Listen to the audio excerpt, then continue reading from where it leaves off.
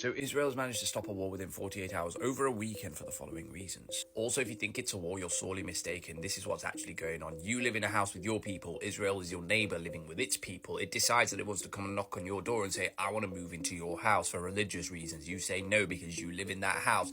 Israel goes back to its own house and starts attacking its own people in its own house, comes back to you and says, why did you attack my people? I didn't. You attacked them. Israel's like, no, I didn't. Gaslights you, then locks you inside your own house, starts to burn your own house down. Then the media companies that fund Israel paint the narrative that Israel is struggling. Then Israel realizes it's tightened the screws too much, and in Palestine and Gaza at the moment, there's a bunch of news reporters that are from the NBC, CNN, BBC, all of this kind of stuff. These are the companies that are funding Israel. And they have done since 1917 when the Balfour Declaration was signed. If you don't know what the Balfour Declaration is, it was signed in 1917 by the British government during the First World War to support an establishment for national home of Jewish people. But it wasn't for Jewish people. It was for this here.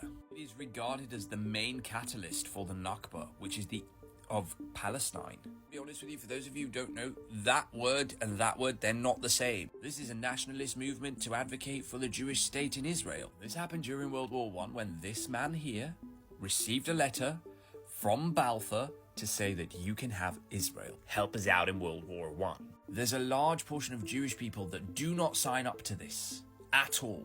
So whilst you can be this and Jewish, you don't have to be. For example, many Jews identify with it, viewing it as a way to ensure their safety and self-determination. However, not all Jews share this view, and some oppose it for various reasons. And then this man here worked with America to create this, an American Israel Public Affairs Committee, pro-Israel lobbying group. So American government just bend over every time these guys want to do something because of this guy who sent a bunch of troops during World War I to the British, creating this as his leverage to identify the state of Israel, which led to the expropriation, expulsion and uprooting of the Palestinian people. So a rich man in America, part of a political activist group, negotiated a deal with the United Kingdom during World War I to send troops from America to the UK to support them during the war, in exchange for a homeland to be established for a religion that they weren't part of, then ultimately uprooting millions and millions of people in Palestine for the last 100-odd years. And now we've got to the point where all of that has happened,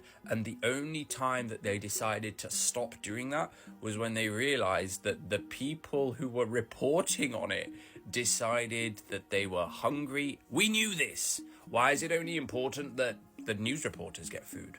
What about all of the innocent kids and children that are literally just getting fucking smashed up every day?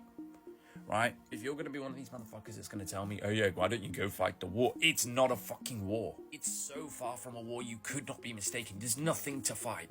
It is literally Israel and a bunch of superpowers giving money to Israel and saying, right, we want this plot of land and we're going to take it no matter what. And there's a bunch of courageous people that are just trying to fight back with the limited resources that they have. There's only 2 million people. It turns out that the World Food Forum had 3 months worth of supply for the Palestinians. 3 months worth of food supply for 2.1 million people. 2.1 million people, they could have fed them for 3 months, and it's just been sat there. And Israel kept blaming everybody else. But now Israel have stopped their fucking shooting and bombing and all that kind of stuff.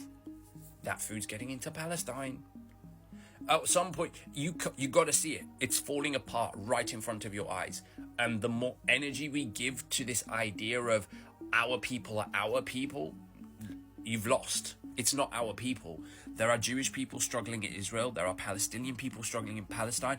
And there's a bunch of powerful people trying to take over the rest of the fucking world whilst you just sit there and watch it happen.